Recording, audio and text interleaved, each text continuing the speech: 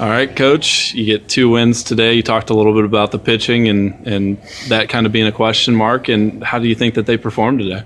Tremendous. I mean, a lot of credit goes to Gooch Greer and Greg Jones, our catchers, because they're calling the game, and it's the pitchers and catchers game. So I thought they did a great job getting strike one, and then not so much mixing it up, but they were spotting it real well. I thought their command was good, their location was good, and really attacked the hitters. I felt like today, our pitchers definitely attacked, and it was a good ball game. Their lefty, Custer, I thought, did a really solid job, and that second game right there goes either way. So I think it was a real solid first day for both teams. It seemed like the offense took a little bit to get going, but then they busted out for 5 runs in 2 innings. What was it about the offense that finally clicked? Well, I think some of it was we were getting some hard contacts. Even though we had outs, one of the things we look for is hard contact. And I thought some of our outs were hard hit, whether it's in the air or on the ground. So we felt pretty good, and guys felt like they were seeing it well. So it wasn't much of a panic, because if you have hard contact and you're seeing it well, something's going to fall. And I also thought we did a good job with 2 strikes, putting balls in play. Sometimes the ball doesn't have to be smoked. But putting it in play, it's putting pressure on the defense. And fortunately, we came out on a couple fortunate things as far as 2 strikes and putting the ball in play.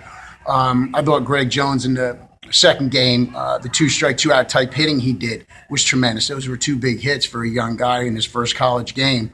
And then defensively, we didn't play as solid as we wanted to, but the key was that when they got another play, they made the play. Maybe the first one didn't cost us. The second one, they made that play. That was the key. You got to learn to forget that.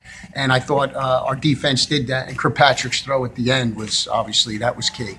Talk a little bit about Yoakum and Apicella with their ability to start and their ability to get some shutdown innings. We talked about this. If we can get starters to go that long in the very first series and first weekend, boy, you're fortunate. And both of them did a good job.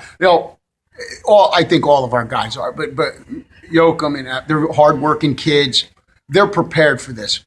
We talk a lot about, are you getting your pitchers ready for the tournament to get their pitch count up? We're having them ready right now, and that's what they got to do. They got to be able to throw 6, 7, 8 innings. We can't work on, hey, all right, we're going to build up to that.